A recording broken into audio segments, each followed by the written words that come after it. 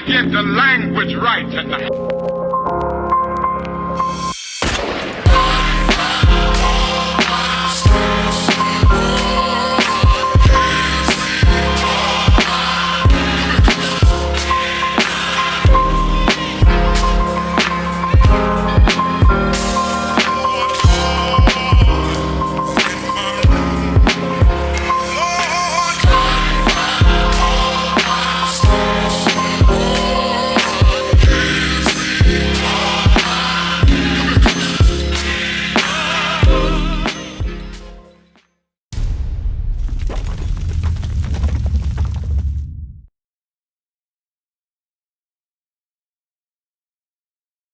Alright, start class.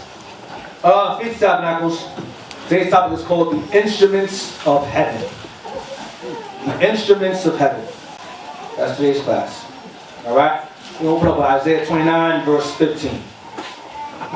Isaiah 29, verse 15. The Instruments of Heaven. Isaiah chapter 29, verse 15.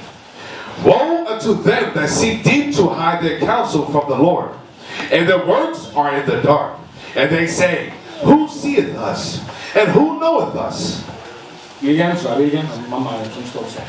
Read again, please. Isaiah 29, verse 15.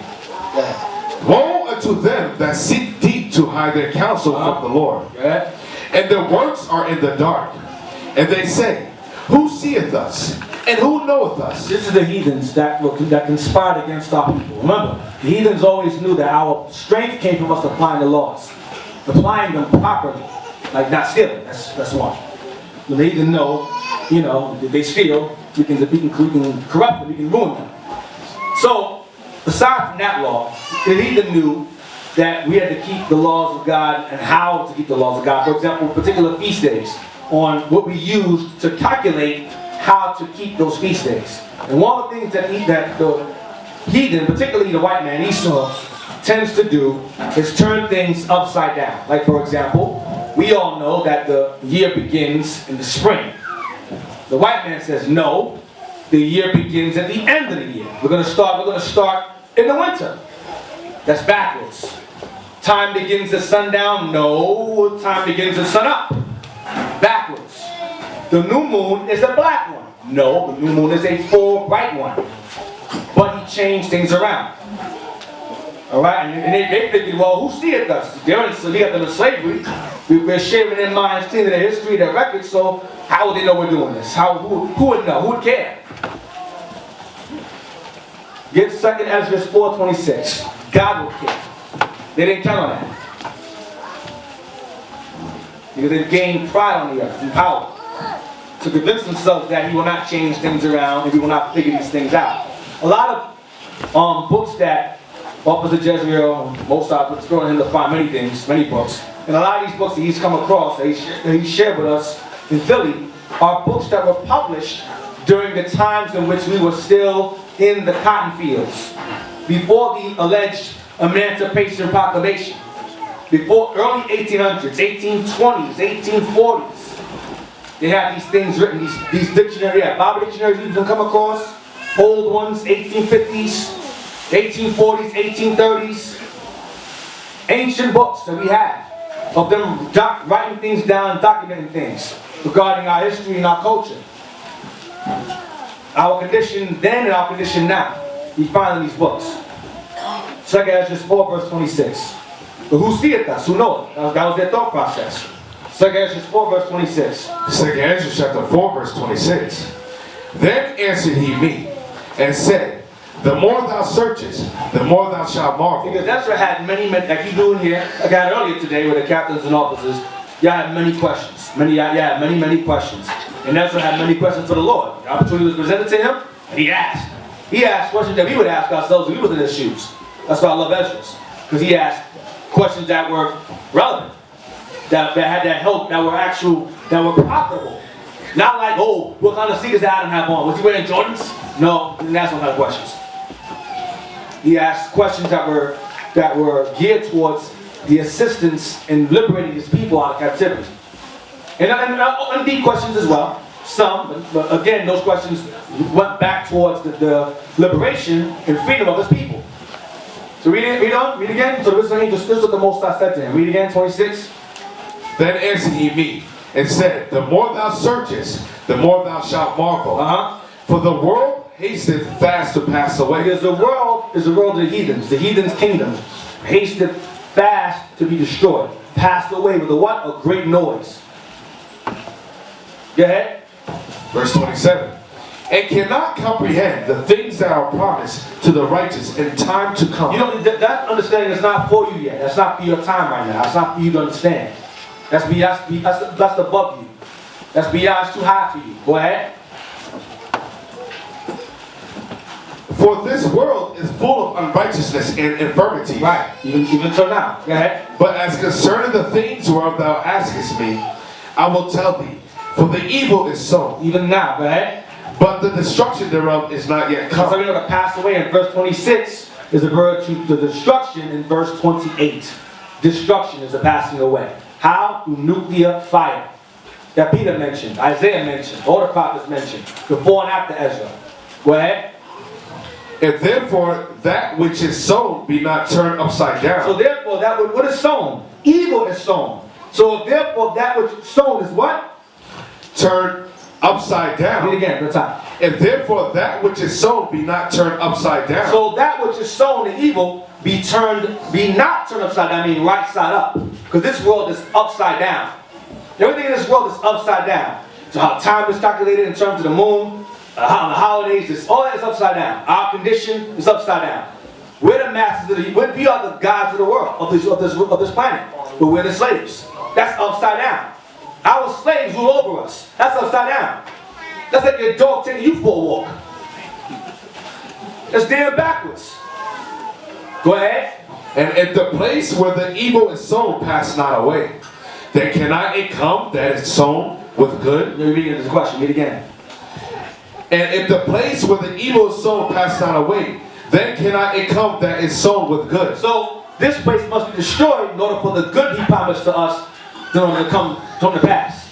So these things have to happen. I must turn things upside down again, meaning right side up. Because the evil is sown, and so therefore I must turn things right side up again, upside down again. Making it right side up. And then all the promises I've given you will come to pass. All the good will come to pass when that stuff is destroyed. So read again from the top, 29. Verse 29. And therefore that which is sown be not turned upside down. Right, go ahead. And if the place where the evil is sown pass not away, then cannot it come that is sown with good? Right. So these things must be destroyed. The things that are turned upside down, this system around us, these nations, these heathens, this kingdom must be destroyed, and things will be turned upside down, making it right side up, the right way. Now, read verse 30. Verse 30.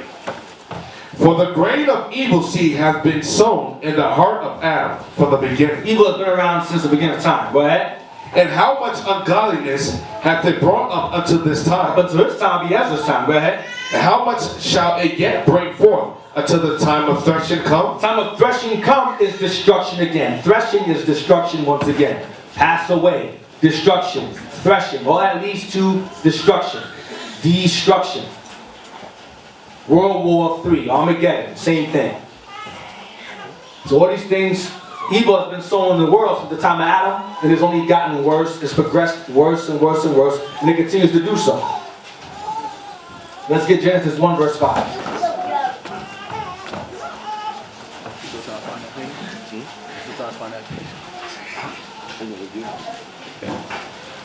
Genesis 1 verse 5.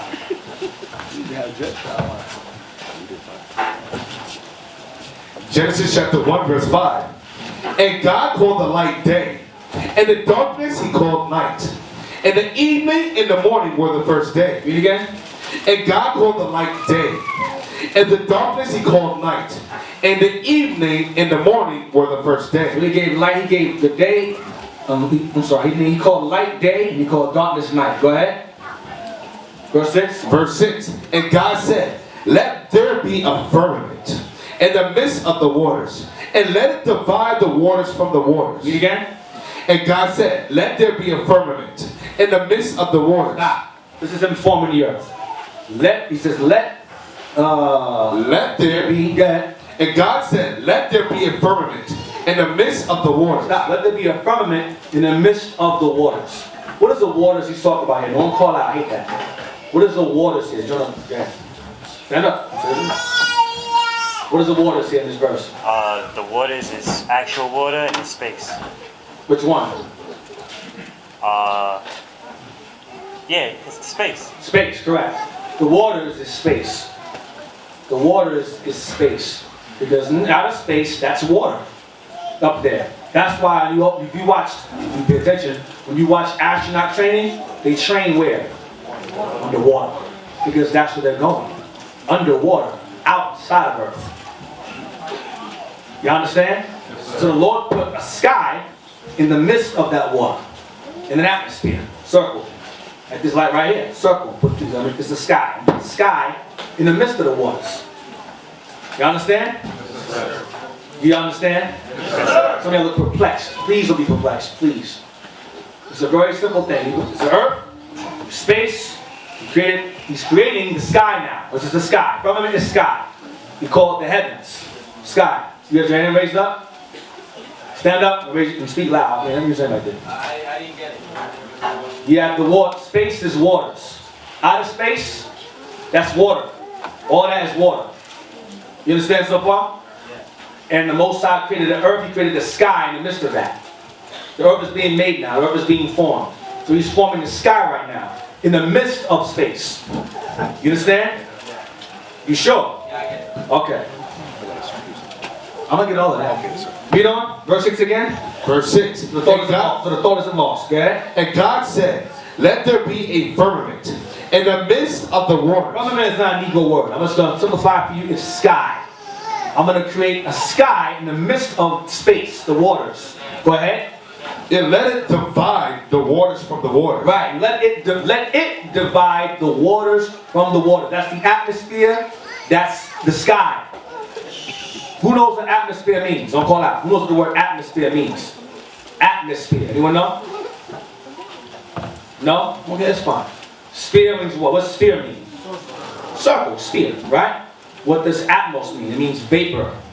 What is vapor? Water. When you go outside, let's go outside, you go, that's vapor, that's breath, water. So that's water surrounding, that's water within what? Water. Because you have water, the atmosphere within space, water within the water. So it's divided. You understand? When you come out of the atmosphere, when you're coming out of the atmosphere, you're leaving one set of waters and entering to what? Another set of waters, dividing the waters from the waters. Space in the heavens, atmosphere. You understand so far? Yes, sir. Now, the atmosphere has many different levels. You have the troposphere, ionosphere, different levels, different measurements. And our forefathers knew that. And I'm going to show you that also. It's in the Bible. Our forefathers understood astronomy, astrology, astronomy, astrology, meteorology, they understood these things thoroughly. Abraham taught the Egyptians that. That's in the records. Read on.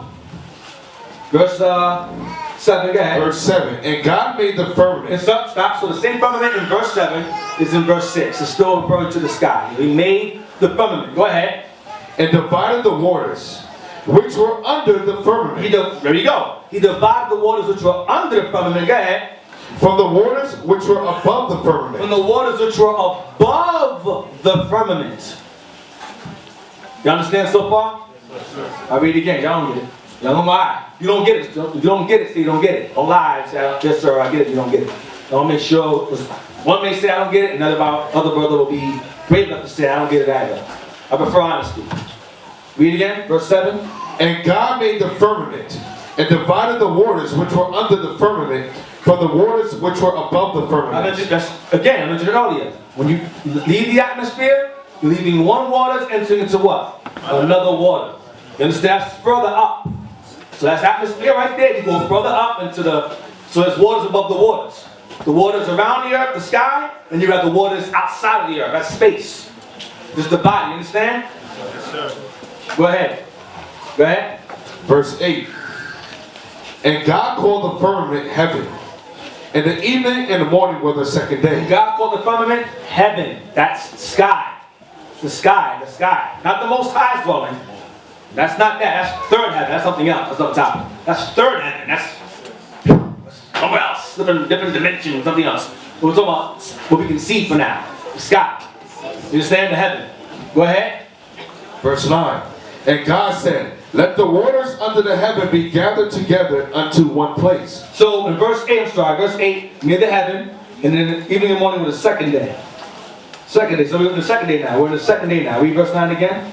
And God said, let the waters under the heaven be gathered. With the waters under the heaven. What's the heaven here? What's the heaven? Sky. Let the waters under the sky. Go ahead. Be gathered together unto one place. And let the dry land appear. And it was so. He pulled the dry land from the water. Go ahead. And God called the dry land earth. Right. And the gathering together of the waters called he seas. And God saw that it was good. Right. So the waters under the firmament are what? What? Who doesn't understand that? The waters under the sky are called what? Which another word for that is what? Oceans, rivers, streams. Which come from oceans. Oceans. You follow? Seas, the seven seas, pirates, and all that stuff. Seas, which are under the sky.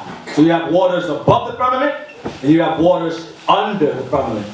Under the firmament, under the sky is the seas. Above the skies is what? Space. You understand? Yes, sir. It's divided. Divided. Let's go to 2 Esdras 15:58.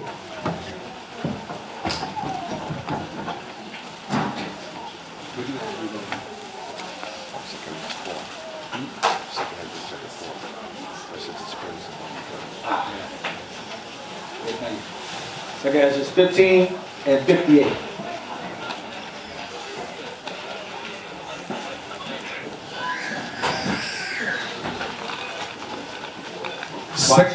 Second Esdras chapter 15 verse 58. They that be in the mountains. Second Esdras 15:58. I'm sorry, 16:58. 16:58. Oh, 15. 16:58. Second Esdras chapter 16 verse 58. He has shut the sea in the midst of the waters. He keeps the oceans where they belong. The oceans sit, they stay in their place. You read again? He has shut the sea in the midst of the waters. Watch this. And with his word hath he hanged the earth upon the water. He did what? And with his word hath he hanged the earth upon the waters. Hang the earth upon what? The waters. He hanged the earth upon the waters. He hanged the earth upon the waters. He went, bing, there you go. Sit right there. Waters is space. So I'm not making this up. He hanged the earth upon the waters. The waters is, where's the earth hanging at? Is it hanging in the sky? No, it's hanging in space. He hanged the earth upon the waters, in space. Let's go to Job 26:7. Now, can we see those waters? Can we see the water in space? No. You know it's there because when they take the helmets off, what happens to them? Who knows? They freeze. They freeze. Job 26:7. And likewise, when you go in space, they wear those suits. It is said that their bone density is weakened. Their bones get real weak because they're traveling in a place they don't belong. Likewise, you go underwater. You go too deep underwater, what happens to you? You crush your bones, breaks your bones too. Same thing. And you freeze there too. And you freeze there too. You freeze there as well. Job 26:7. You don't belong up there. You don't belong under there either. Job chapter 26 verse 7. He stretcheth out the north over the empty place, and hangeth the earth upon nothing. You know what? And hangeth the earth upon nothing. Why is it nothing? Because you cannot see the waters. You know it's there, but you can't see it. So if you're looking at the earth from a perspective of being in space, you can't. It looks like the earth is hanging on nothing. It's just sitting there, hanging on nothing. You don't see a giant hook in the earth hanging on it. It's nothing. It's just sitting there, hanging in the waters. Y'all follow? Second Esdras 15 and 59. Verse 59. We're going back.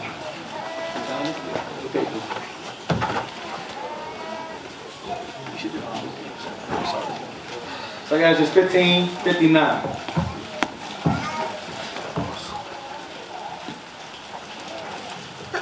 $16.59, sorry, I keep saying 59. $16.59. Let me sure.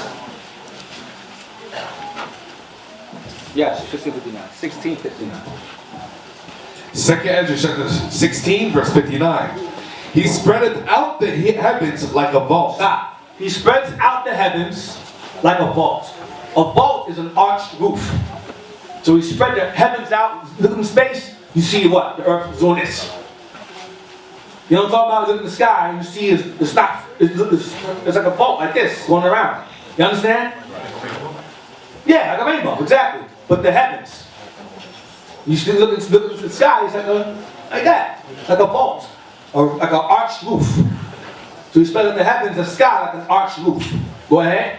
Upon the waters hath he founded it. Upon what? Upon the waters hath he founded it. Upon the waters has he established it. The sky is upon the waters. The atmosphere is upon the waters. Again, the same waters back in the following verse, 58. You understand? And the earth upon the waters. To divide the waters from the waters. You understand? Who does not understand. Honestly, does not understand. Nothing wrong with understanding. That's what we're here for. Y'all got it so far? Yes, sir. Okay, I hope so. Psalms 148, verse 4. Now, this class is not being deep. I'm just alluding to something that we learned already, but I just want to touch on it. Psalms 148, verse 4. Psalms chapter 148, Verse 4. verse 4. Praise him, ye heavens of heavens, and ye waters that be above the heavens. Praise him, ye waters that be above the heavens. What is that? Space. I keep emphasizing because I know it's going to be hard for some of y'all, so I'll keep going into different verses and chapters saying the exact same thing so do you get it? The waters that be above the heavens, David said, praise him. But there's spirits and all those things. They all have a job. The waters up there, the waters in the atmosphere, they have a job. The waters that surround the earth keep us from burning to a crisp. That's what the atmosphere is for. Keep the earth nice and cool so we don't fry. And Esau keeps flying it out of there, flying it out, putting holes in it. Like an idiot. But the Most High is not going to have the earth be destroyed that way. Of course, we know the Most High has different plans in terms of fire. Different kind of fire. But, again, the waters, those waters are created specifically to protect us from the sun's rays and so forth. And the Most High put the earth a perfect distance from the sun so that it doesn't happen. Which only a source of mind, intellect can do that. No, not an explosion can do that. The boom! And everything's falling right in its right place. Then the sun, really? Come on, stop. Right man is the devil. He is an idiotic devil. He's only wise and evil. He's a maniacal genius. When it comes to common sense, he ain't got it. He don't have it. And it's not in him. It's not in it to have. It's not in him to have it. He ain't right. She ain't right either. Get 3 holy children, verse 38. You really go here.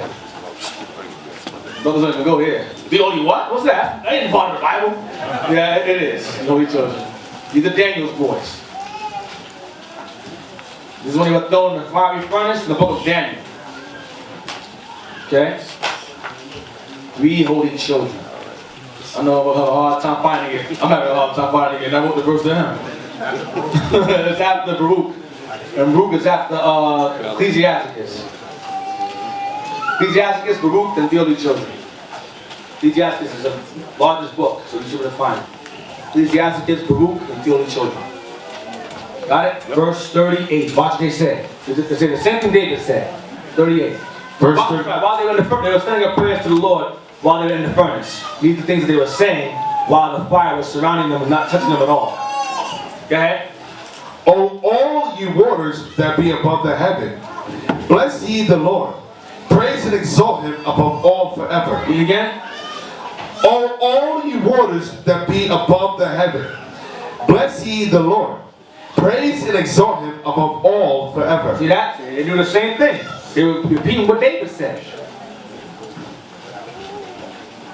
2 Esdras 6 and 4. Guarding the atmosphere. It's the atmosphere. You think the white man's a genius? Hey, the white man said that they measured the sky, ionosphere, troposphere. And he came up with that. No, he didn't come up with that.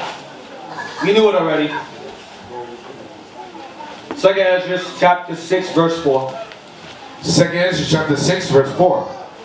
Or ever the heights of the air were lifted up. This is an angel asking him a question, I believe. Hold on a second, let me get there. Hold on a second. Let me read it real quick. Yeah, read on. Or ever the heights of the air were lifted up, before the measures of the firmament were named. Before what? Before the measures of the firmament were named. Before the measures of the sky were made. We had them first. We measured the sky first. An ionosphere, troposphere, that's us. Not the heathen, us. We measured that first. We were geniuses, mathematicians, we were scholars. A lot of the things that the white man presents now, he got from us. I'm going to prove it to you in the class. Would you think he learned on his own? He didn't. He stole, or he'll say borrowed from others, from other ancient civilizations to be unnamed for some reason. Read again. Forever. Or ever the heights of the air were lifted up, before the measures of the firmament were named. Or ever the chimneys in Sion were hot. So it says before the measures of the firmament were named. Let's get Job 37 verse 18. We barely call the sky heaven. Let's see if the word sky is in the Bible. It should be in there. Job 37 verse 18. Job 37 verse 18. Job chapter 37 verse 18. Hast thou with him spread out the sky, which is strong, and as a molten looking glass? Read again. Hast thou with him spread out the sky? Hast thou with him spread out the sky? Go ahead. The sky. Go ahead. Which is strong. Which is strong. It is strong. Go ahead. And as a molten looking glass? Why is he saying that? A molten looking glass. Why is he saying that? I want somebody else. Yes. No. As a molten looking glass. Why is he saying that? I say because it's like the sky reflects on the sea. Correct. There's like a clear, they say clear blue sky. Like a molten looking glass. Like glass. Like a reflection is glass. Clear. You understand? Do you understand? Like a molten looking glass. Like glasses. Yeah, do you understand?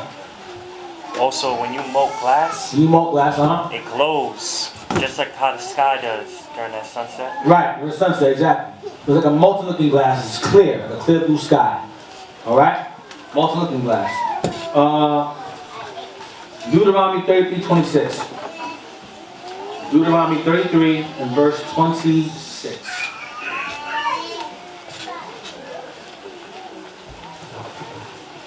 Deuteronomy chapter 33 verse 26. There is none like unto the God of Jeshurun. Jeshurun is the seed of Israel. That's us. Okay? Another name for us. Jeshurun. Go ahead. Who rideth upon the heaven in thy help. He rides upon the heaven in thy help. Go ahead. In his excellency on the sky. And in his excellency on the sky. Heaven, sky, same thing. He's repeating the same thing, saying a different way. Rides upon the heaven, upon the sky, same thing. So heaven in Genesis 1 is the sky. In Deuteronomy, Job, and many other places. Y'all follow? That is what divides the waters from the waters. The sky, the atmosphere. You go beyond the sky, you go what? Out of the what? Atmosphere. It's part of the sky. It's saying it's deeper in the sky. Even that movie they had, Esau will show you in the movie sometimes, like the movie, the whack one, Hulk. They had Hulk. He was in the jet. On top of the jet, the guy was flying all the way up. He was like, oh man! Even Hulk was banging his head in the glass, like, yo, stop. Like that. And then he started freezing up as he was entering, he didn't go on space yet. He was entering. Then he fell. Now remember that? That's in the old Hulk. The horrible one, the 3 hours of garbage. I hate that movie was so trash. Yeah, whatever, man. I don't know what year it was. It should have never been made in the first place. But, nonetheless, he was on a jet, and the guy ended up going in space, and Hulk fell in the water, whatever. But he froze up. Another movie called Mission to Mars. There was a man, and there was a woman, another dude, and Jake got lost out there. What's the name? War Machine, Don Cheadle. You had Tim Robbins. And then she had a rope of some kind, and her husband went out to get her. Something like that. He did something. Oh yeah, he wanted to get her, something like that. And he gave her his fuel. And then he said, I love you. And she's like, no, don't do it. He opened his mask.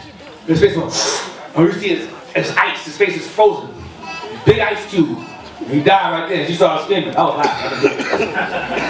laughing. It looked like Iceman. It was hilarious.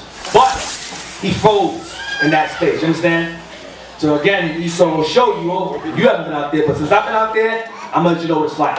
You freeze. It's cold.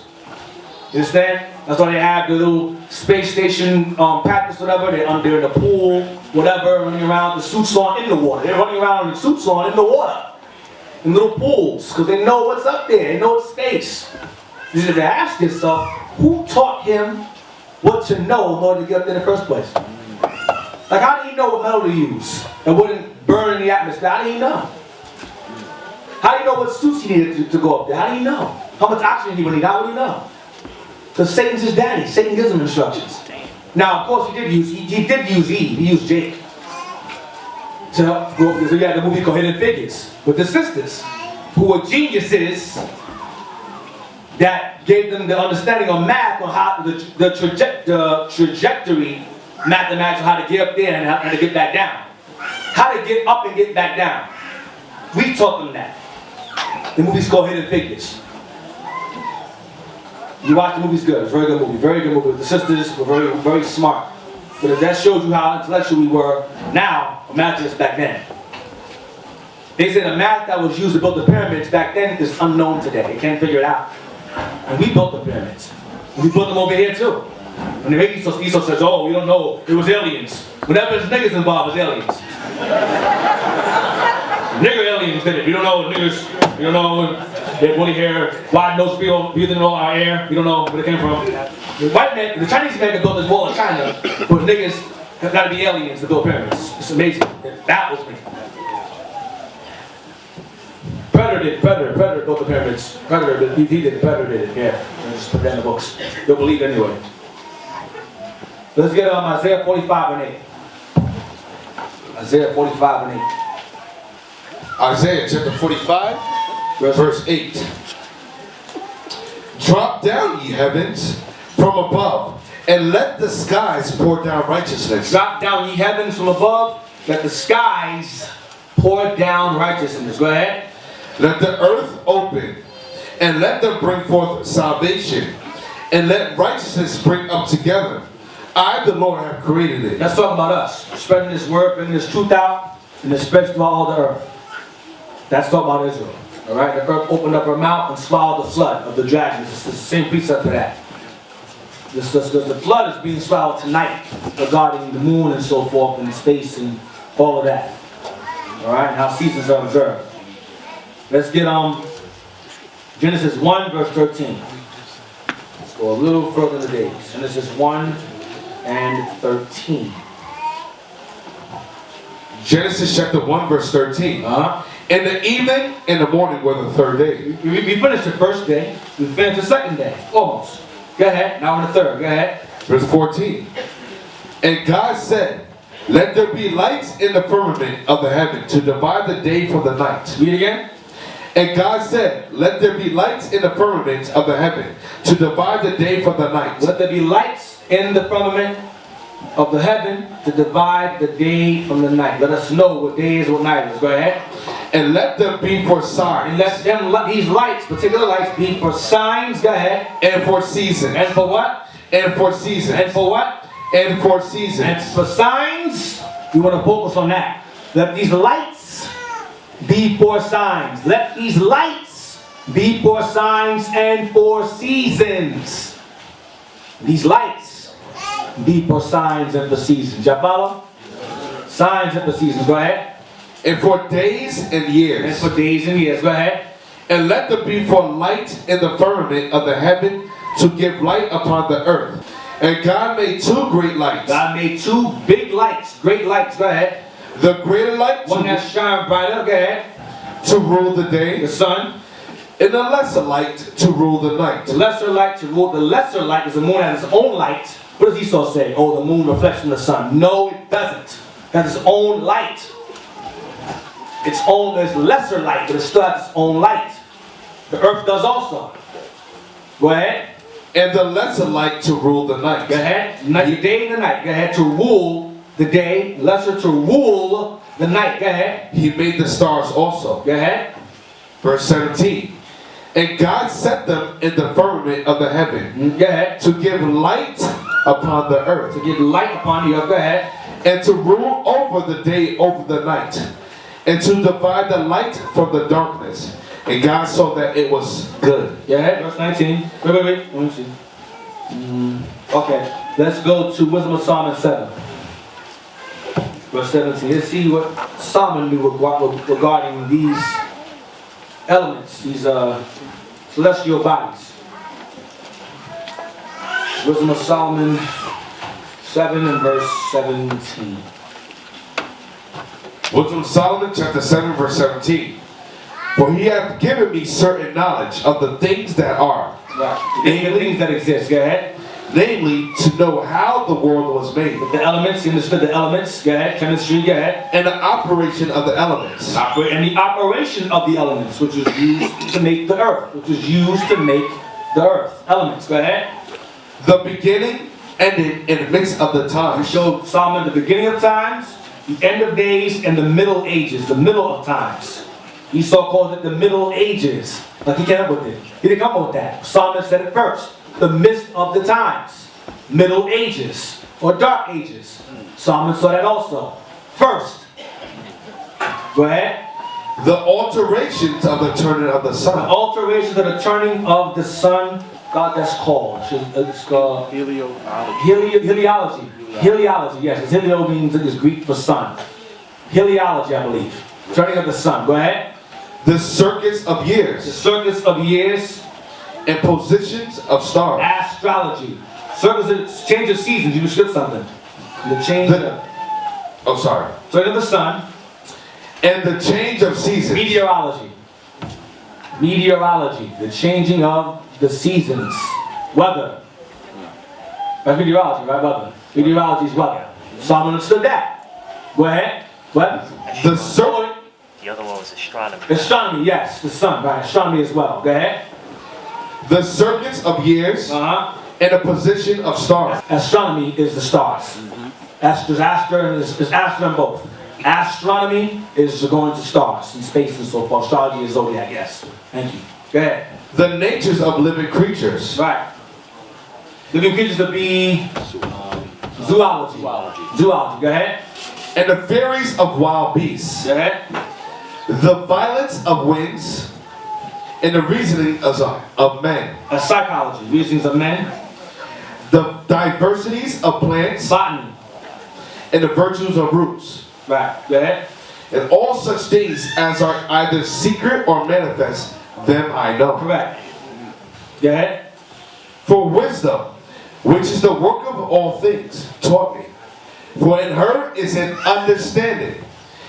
The Spirit is holy, only one only, manifold, subtle, lively, clear, undefiled, plain, not subject to hurt, loving the thing that is good, quick, which cannot be letted, Cannot be stopped. Go ahead. ready to do good. Right. So wisdom gave Solomon all this understanding.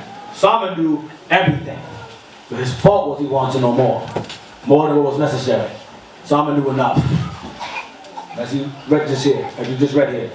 So now, let's get Psalms 19 verse 1. Thank you. Psalms 19 verse 1.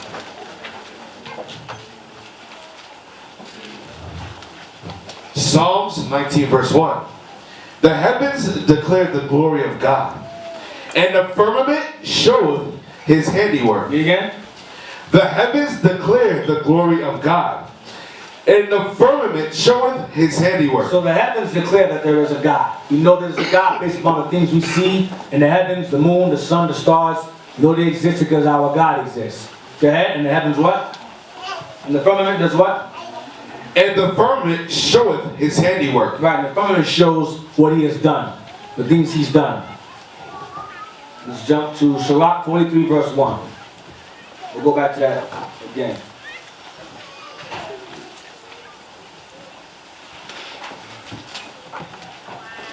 Sirach chapter 43 verse 1. Yeah. The pride of the height, the clear firmament, the beauty of heaven, with its glorious show. See, it's in Psalm 19 verse 1. The pride of the height, the clear firmament, the beauty of heaven, with his glorious show. Go ahead. Declare his handiwork. Go ahead. The sun when it appeareth, declare it at his rising a marvelous instrument. Marvelous what? Instrument. Marvelous instrument. Instrument of heaven. Go ahead. The work of the Most High. His handiwork. They're only in Psalm 19. Go ahead. At noon it parcheth the country, and who can abide the burning heat thereof? A man blowing a furnace is in works of heat. Right. But the sun burneth the mountains 3 times more, Damn. Go ahead. breathing out fiery vapors, and sending forth bright beams. It dimmeth the You eyes. can't look directly at it. You dim the eyes. Damn, it's bright. Go ahead. Great is the Lord that made it, and at his commandment it runneth hastily. At his commandment, it does what? It runneth hastily. At his commandment, it runneth hastily. It runneth hastily. There is a doctrine. There's a doctrine Esau pushes that the earth, the sun sits still, and the earth revolves around it. Everything revolves around the sun, and the sun sits still. That's a lie. That's not true at all. That's completely false. Give me heliocentrism. Heliocentrism. This is an example of things upside down. Heliocentrism.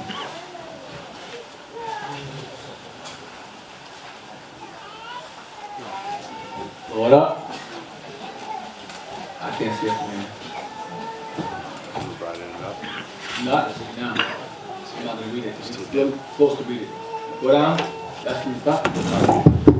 The first paragraph. Go down real quick. Let's see the actual picture. You have a picture up? Or no? No, go to the top. Okay, that's helio. Go up to the top. All the way up. That's at the top of the thing. There we go. All the way up. Look at the bottom. Okay, here you go. Okay, go down. Stop from there. Heliocentrism is the astronomical model in which the Earth and planets revolve around the Sun. At the center of the solar system, historically, heliocentrism was opposed to geocentrism. Stop. It says, historically, heliocentrism was opposed to geocentrism. Heliocentrism, again, is that everything revolving around the sun, while the sun sits still.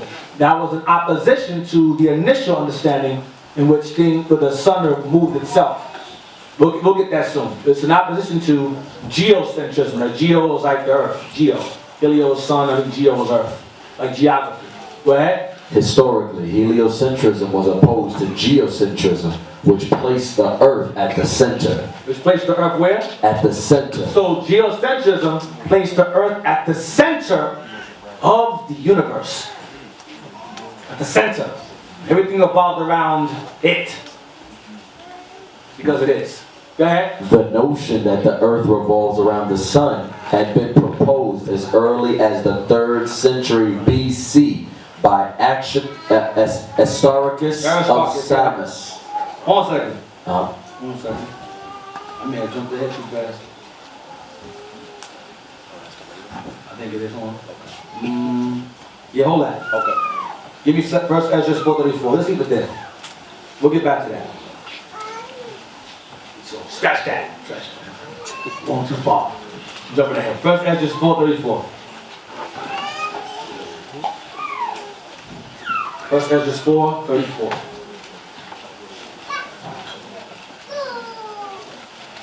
Let's see it. Run it hastily. Let's get some more information on that before we challenge it. First Esdras 4:34.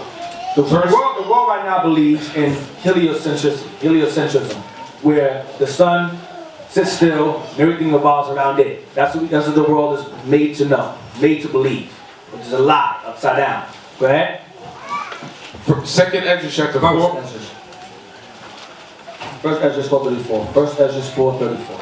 First Esdras chapter 4, verse 34. This is Zerubbabel speaking about the truth, I believe. O ye men, are not women strong? Great is the earth, high is the heavens. Swift is the sun in his course. Swift is the sun in his course. Go ahead. For he compasseth the heavens round about. He compasseth the heavens. Compass means does what? When you compass, what do? You circle. Go around. Compass. Compass. Go ahead. And fetcheth his course again to his own place in one day. And fetcheth his course again to his own place in one day. So what does he do each day? Circles. He goes around over and over again every day. That's a day. Every day, every day, every day. Goes around. You compass it what? We'll get to that. So Ecclesiastes 1. Ecclesiastes chapter 1 verse 5.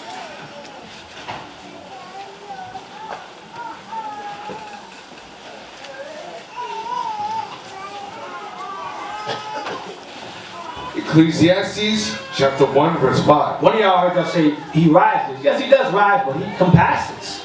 Go ahead. The sun also riseth. Arising. The sun also ariseth. But you sit out there in the audience. Go ahead. And the sun goeth And down. it goes down. Go ahead. And hasten to his place where he arose. Say it again. Say the exact same thing again. Haste to his place within one day where he arose. Where he started from. Let's get... Read on. Down to verse 6. To show you that it's a cycle. Verse 6. The wind goeth toward the south, and turneth about unto the north. It whirleth about continually, and the wind returneth again according to his circuits. So the wind has a certain course it starts from. It goes north, south, east, and west. It blows in a cycle. The way the sun has a cycle and it goes around. He's giving you an example. What the sun does, the wind does. Next verse. All the rivers run into the sea, yet the sea is not full. Why? Go ahead. Unto the place from whence the rivers come, thither they return The again. rivers flow. The ocean flows into rivers. The river flows back into what? Back into the ocean again. It's a cycle. So the sun does it. The wind does it. Water does it. And we do it. When you die, come back again and again and again and again. That's another classroom. That's in here as well. You understand? Everything and everyone has a cycle. Psalms 19 verse 4.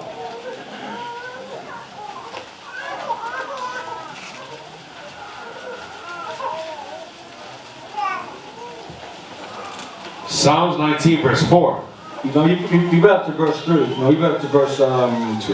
Verse 2. Read verse 3. Verse 3. Psalms chapter 19 verse 3. Now the Psalms 19 is multiple meanings. It's a twofold meanings. Go ahead. Verse 3. There is no speech nor language where the voice is not heard. The line is gone out through all the earth. It's referring to the moon, the stars. Go ahead. The sun, particularly. Go ahead. And their words to the end of the world. In them hath he set a tabernacle for the sun. It's going into the celestial bodies, the sun particularly, but also wisdom. It's referring to wisdom as well. We're speaking in twofold, David here. Go ahead. Their lines referring to this truth, the word, but also the sun itself as well. Go ahead. Verse 5. Which is as a bridegroom coming out of his chamber, and rejoiceth as a strong man to run a race. His going forth is from the end of the heaven. It's going into the sun, but also wisdom, which represents light. Okay? Read again, 6 again. His going forth is from the end of the heaven. The light, the sun is towards the wisdom. Go ahead. And his circuit unto the ends of it. And there is nothing hid from the heat thereof. From under the sun, as well as light with wisdom. Because light exposes darkness, so it's everywhere. You understand? Y'all understand? Yes, sir. It's twofold. It's from the wisdom, light, which represents light, the law's light, and also the sun, which is comparison. It's compared to the two. The two are compared to each other. Alright?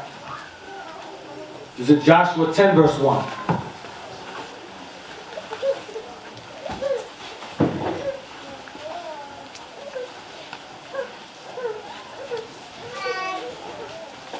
Joshua 10 verse 1. This is referring to the history of the walls of Jericho. Joshua 10 verse 1, we're going to read verse 1 first. We'll stop there. Joshua chapter 10 verse 1. Now it came to pass, when Adonizedek, king of Jerusalem, had heard how Joshua had taken Ai, and had utterly destroyed it, as he had done to Jericho in her king. And so he had done to Ai and her king, and how the inhabitants of Gibeon had made peace with Israel. Out of fear, go ahead.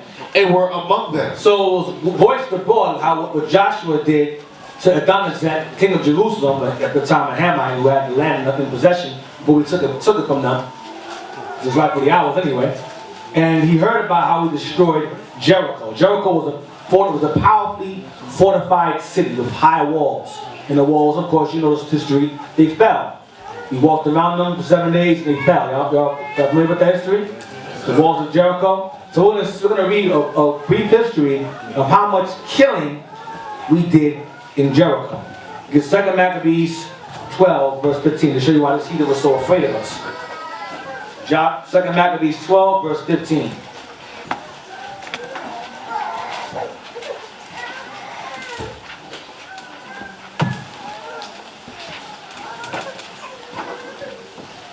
Second Maccabees 12, verse 15 and 16. 2 Maccabees chapter 12, verse 15. Wherefore Judas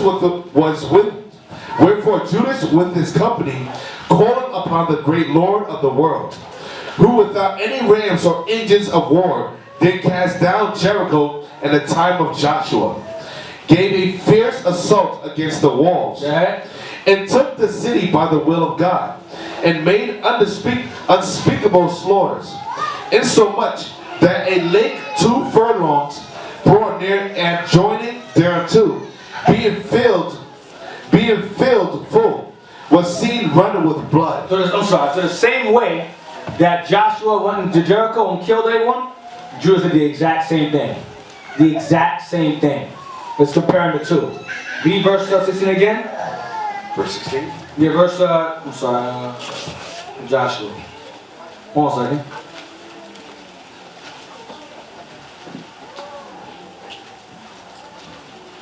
One second. You can get to Joshua again.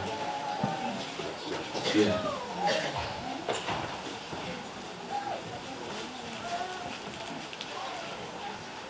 Read 16 again. No, Maccabees again. Read Maccabees again. I'm sorry. 16? Yeah. 2 Maccabees chapter 12, verse 16. And took the city by the will of God, and made unspeakable slaughters, insomuch that a lake 2 furlongs broad near adjoining thereunto, being filled full, was seen running with blood. So we killed so much heathens that the rivers that were there were filled with blood, running with blood. That's what killing we did. That's how much killing was done. So this heathen got word of that, and so these guys are a problem. That's why Rahab begged. That's why Rahab was listen, spare me. Rahab the harlot, you know who that is, Rahab the harlot. She begged us to spare her life. She knew what was going to happen. He went in there and killed a lot of heathens. And likewise, Judas Maccabees did the same thing. The same way Joshua did, Judas did the same thing. Did a lot of killing. Lots and lots of it. Fierce. Let's go back to Joshua 10 again.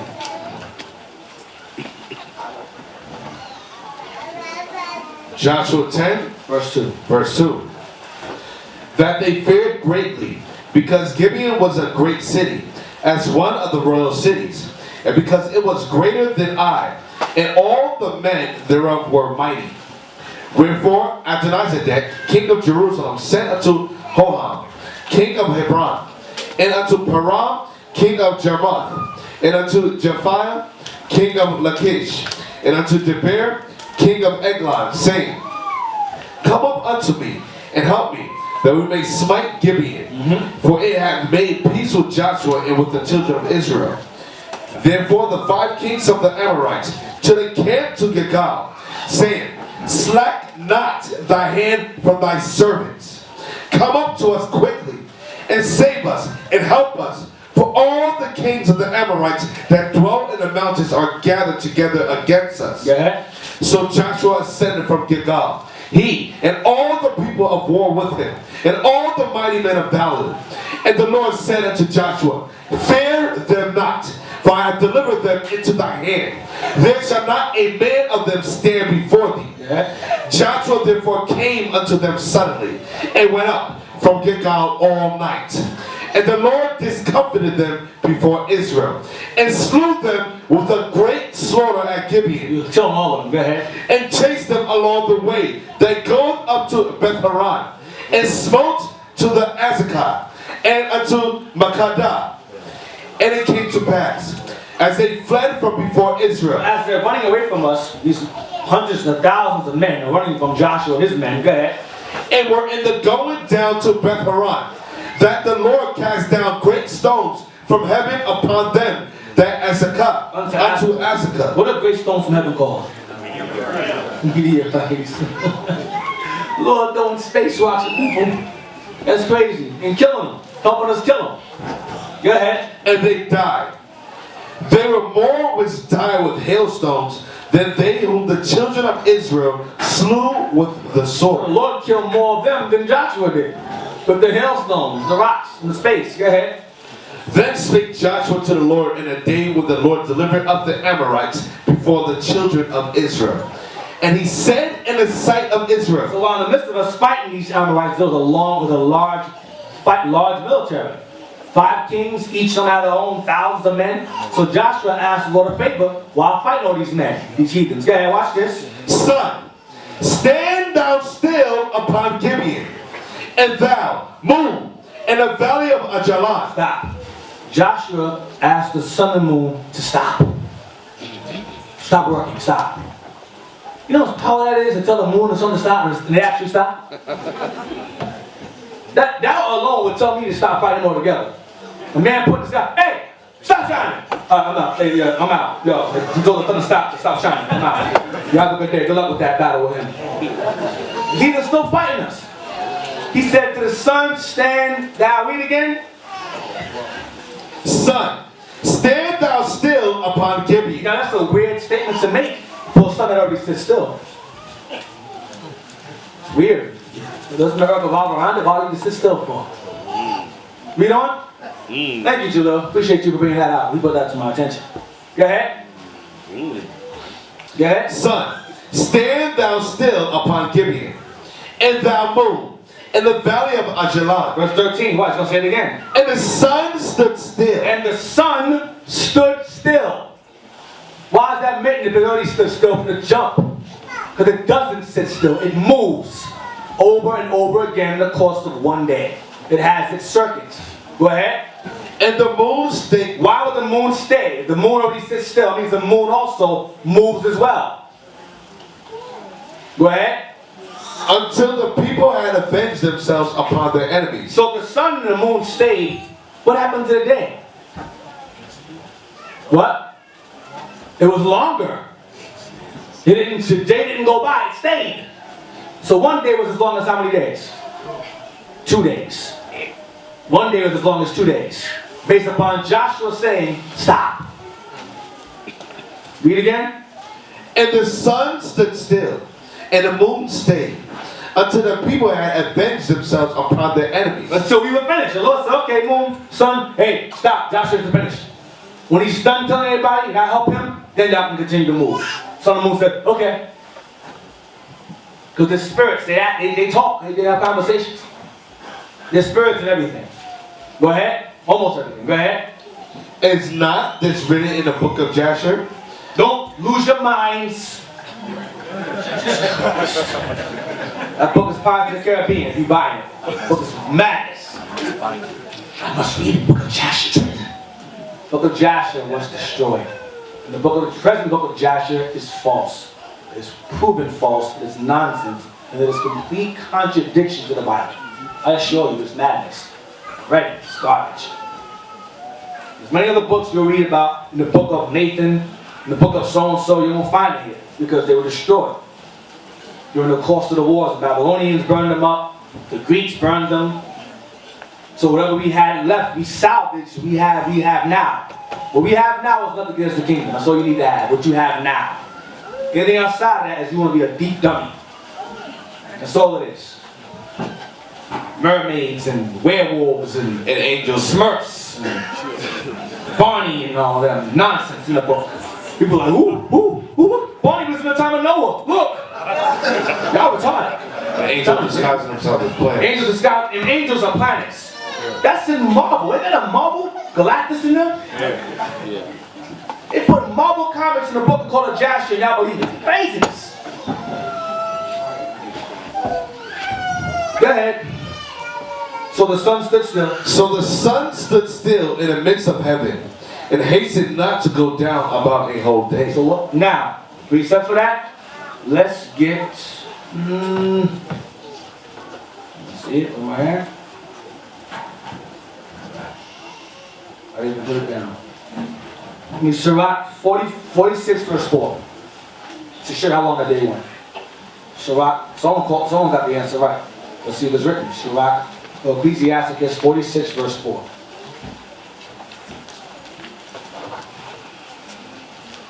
The verse 1 is referring to Jesus, the Greek form of the name Joshua. Jump to verse 4.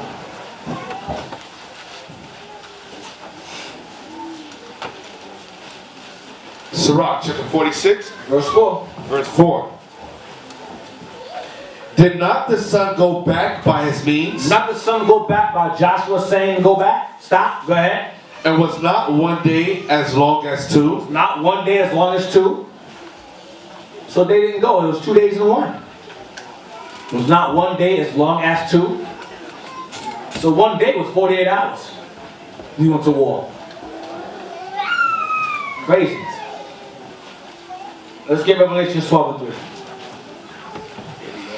Revelation chapter 12 verse 3. And there appeared another wonder in heaven. And behold, a great red dragon, having 7 heads and 10 horns, and 7 crowns upon his head. Read again. And there appeared another wonder in heaven. And behold, a great red dragon. A great red dragon. A great red dragon. Who knows what that dragon is? You already said it. You called out already. Who is it? Esau. Edom. Go ahead. Having 7 heads and 10 horns. This great red dragon has 7 heads and 10 horns. Go ahead. And 7 crowns upon his head. 7 crowns upon those 7 heads. Go ahead. Horns. No. Verse 4. Read on. And his tail drew the 3rd part of the stars of heaven. So it's the great red dragon. What color is his tail? Red. So his tail, the tail of this great red dragon, go ahead, do what? And did cast them to the earth. The top again. And his tail drew the 3rd part of the stars of heaven. Who are the stars of heaven? The 12 stars. So be who? Israel. So who's the 3rd out of the 12 will be which tribe? So call out. Well, now the hands are up. Yes. Southern kingdom. What that mean? What that mean? That's Judah, Benjamin, and Levi. Who? Judah, Benjamin, and Levi. Judah, Benjamin, and Levi. Rome conquered the southern kingdom, correct. They're referred to as the southern kingdom. The other 9 are referred to as the northern kingdom. They are resided upwards. You understand? Northwards. Northern kingdom, Judah, Benjamin, and so forth. That southward, that would be southern kingdom. Judah, Benjamin, and Levi. Y'all follow? So Rome took captive Jerusalem, Judah. Go ahead. And his tail did what? And his tail drew the 3rd part of the stars of heaven. Judah, Benjamin, and Levi. Go ahead. And did cast them to the earth. And enslaved us. Had us captive. Go ahead. And the dragon stood before the woman. And the dragon stood before the woman. Go ahead. Which was ready to be delivered. Go ahead. For to devour her child as soon as it was born. So one of the heads of this dragon, one of the heads of this great red dragon, sought to devour this child as soon as it was born. Who knows? Don't call out, please. Who knows who this head was that tried to devour the child when it was born? The back. Y'all still calling out. Hey, cut that out, brother. Stop doing it. Stand up. I'll follow instructions. Yes. King Herod. Correct. So Herod was part of that what? Great red dragon, right? Yes, sir. Now, correct, sir, I'm calling out. Now, here's the question. What was Herod's nationality? Do not call out again. In the back, the hands are raised up really high in the back, the black sleeves, long sleeves, stand up. Yes, what was his nationality? He was an Idumean, he was an Edomite. He was an Edomite, an Idumean, correct. So now, with that being said, right? There's a doctrine again that Esau is the Arabs. So, Herod was one of the heads of this dragon, correct? And he was an Idumean, right?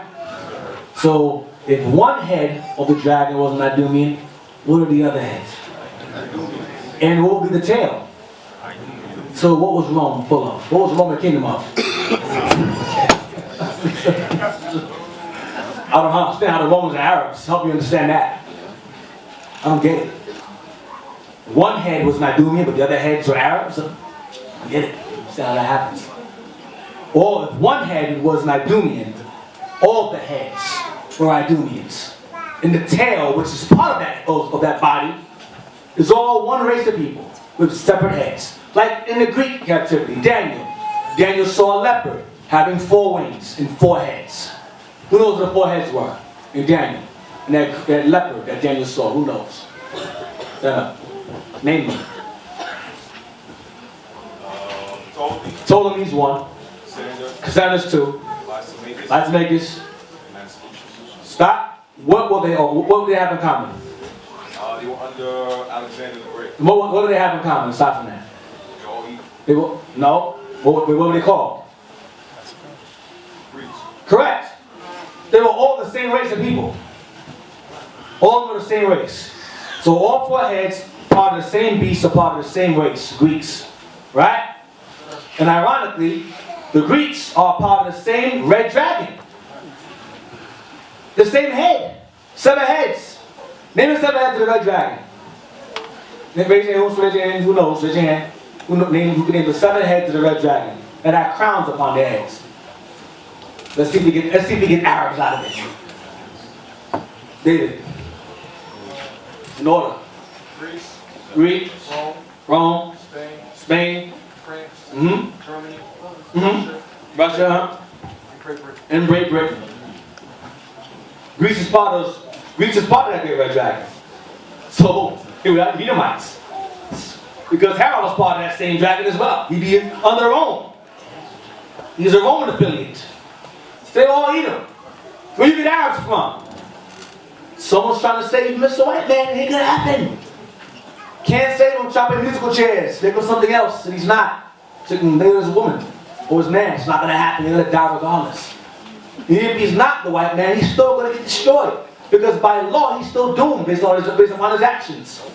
So you still can't save him. So, nice try, fellas. Better luck next time. There won't be one. Verse 9. Revelation 12, verse 9. Now watch. There's going to be a new different doctrine on the red dragon. It's going to be something else. It's going to be Megatron. Watch. Transformers. Watch. They're going to change the doctrine again. Verse 9. Revelation chapter 12, verse 9. And the great dragon was cast out. This great dragon is the same great red one in verse 3. Go ahead. That old serpent. That old serpent. Why? Because the same spirit that deceived the woman Eve in the wilderness, in the garden, is the same spirit that deceives us today. It's the same spirit.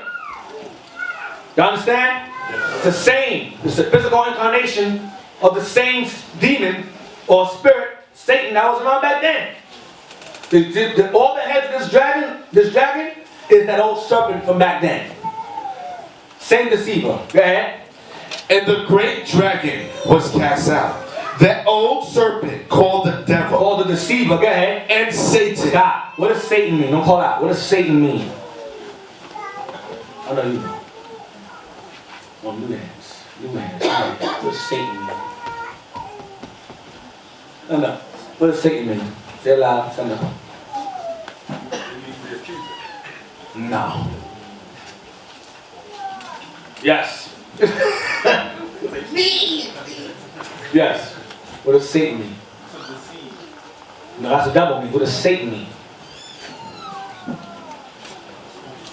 He just sat back down. I don't know what that means. What does that mean?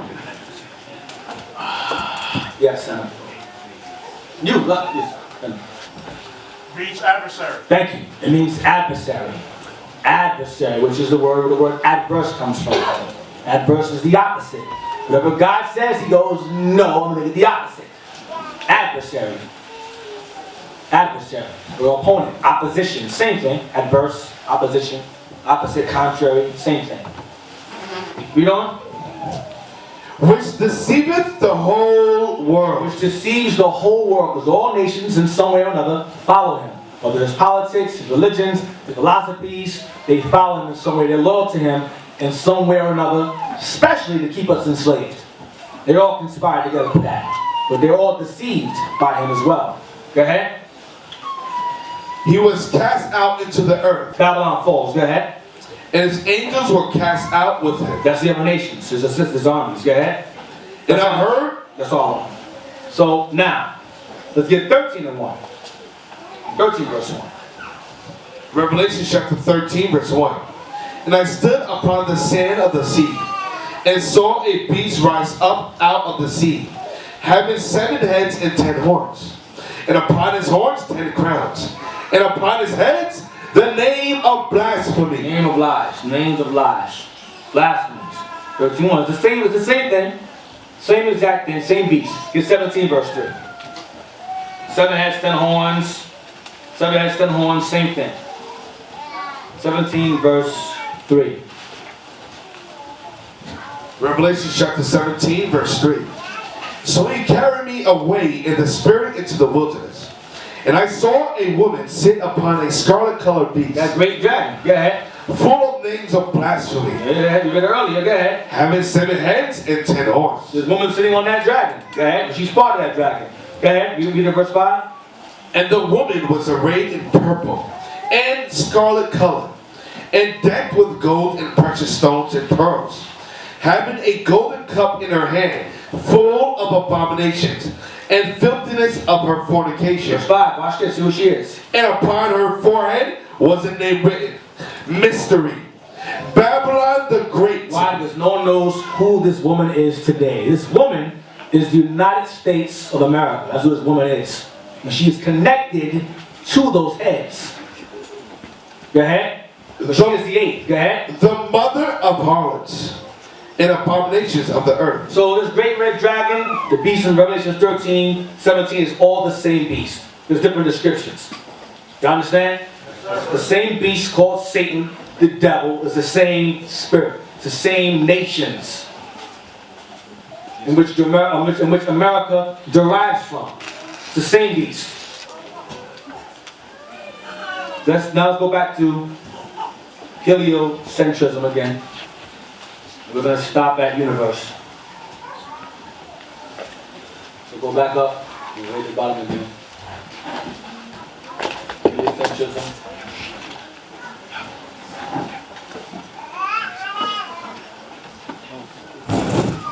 Yeah. Heliocentrism is the astronomical model in which the Earth and planets revolve around the Sun at the center of the solar system. Historically, heliocentrism was opposed to geocentrism, which placed the Earth at the center. Which placed the Earth at the center of the universe. Go ahead. The notion that the Earth revolves around the Sun had been proposed as early as the 3rd century BC by Aristarchus of Samos. We don't prove before that. Go ahead. But at least in the medieval world, Aristarchus's heliocentrism attracted little attention, possibly because of the loss of scientific works of the Hellenistic era. Of the Greeks. Go down. But the Greeks understood this as well.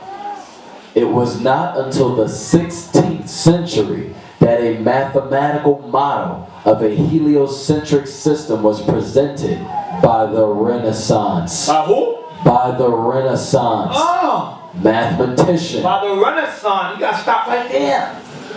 By the Renaissance, the time in which the white man began to rise back into power again and cause all kind of confusion and turn the world upside down and make everything adverse to how things are known to be. Renaissance, rebirth. Go ahead. The white man ruling again. Go ahead. By the Renaissance mathematician, astronomer, and Catholic cleric, Nicholas Copernicus. The name is very familiar. Nicholas Copernicus. Go ahead. Leading to the Copernican revolution. In the following century, Johannes Kepler introduced elliptical orbits, and Galileo Galilei presented supporting observations made using a telescope. Elliptical means a small object revolving around a big one, which goes back to heliocentrism. Elliptical is when a small object revolves around a big one. So he also proposed that nonsense. See the model right there? The model of small objects revolving around the sun right there. We don't go down to the universe. Right. Go down. Let me see. Oh, okay. So the last paragraph. There we go. Yep. With the observations of William Herschel, Frederick Bessel, and other astronomers, it was realized that the sun, while near the barycenter of the solar system, was not at any center of the universe. Right. That's so. They just furthered the nonsense. They furthered it. All right. So now, let's go down to ancient and medieval astronomy. Go down there. Go down to ancient and medieval astronomy. While the sphericity of the earth. Sphericity of the earth was widely recognized in Greco-Roman astronomy from at least the 3rd century BC. The earth's daily rotation and yearly orbit around the sun was never universally accepted until the Copernican revolution. That's the Renaissance. So it was never accepted until the Renaissance, that the sun sits still while the earth and everything else revolves around it. That was not widely accepted because everyone knew it was the opposite. Okay? That's all I want. Let's get geocentrism, which is in opposition to heliocentrism. Let's get geocentrism. Geocentrism, we're going to stop at consensus for geocentrism. We're going to stop at geocentric model. Go down. In astronomy, the geocentric model, also known as geocentrism or the Ptolemaic system. So the Greeks again understood this in this science. But I'm going to show you that Esau, of course, will say most civilized advancements stem from where? The Greeks. The Greeks. I'm going to prove to y'all that's a lie. The Greeks stole from the Egyptians. The Egyptians learned from Abraham. All right, but Israel had this knowledge as well before the Greeks were even on a map or even in existence. Go ahead. The Ptolemaic system is a superseded description of the universe with Earth at the center. With Earth where? At the center. Earth is at the center of the universe. Go ahead. Under the geocentric model, the sun, moon, stars, and planets all orbit the Earth. They all circle the Earth. Go ahead. The geocentric model served as the predominant description of the cosmos in many ancient civilizations. Many what? In many ancient civilizations. Before the Greeks. Go ahead. Such as those of Aristotle and Ptolemy. White man goes back to the Greeks again. But ancient civilizations knew this already before them. Go ahead. Two observations supported the idea that the Earth was the center of the universe. First, from anywhere on Earth, the sun appears to revolve around Earth once per day. Once per day. You read it in the Bible. That's in the Bible. Go ahead. While the moon and the planets have their own motions, they also appear to revolve around Earth about once per day. So Joshua said, sun and moon, sit still. Go ahead. The stars appear to be fixed on a celestial sphere, rotating once each day about an axis through the geographic poles of Earth. Go ahead. They work for the Earth as well. Go ahead. Second, Earth seems to be unmoving from the perspective of of an earthbound observer, it feels solid, stable, and stationary. It don't move. Go ahead. Ancient Greek, ancient Roman, and medieval philosophers usually combine the geocentric model with a spherical earth. In contrast to the older flat earth model implied in some mythology. Implied in what? Mythology. Oh, flat earth mythology.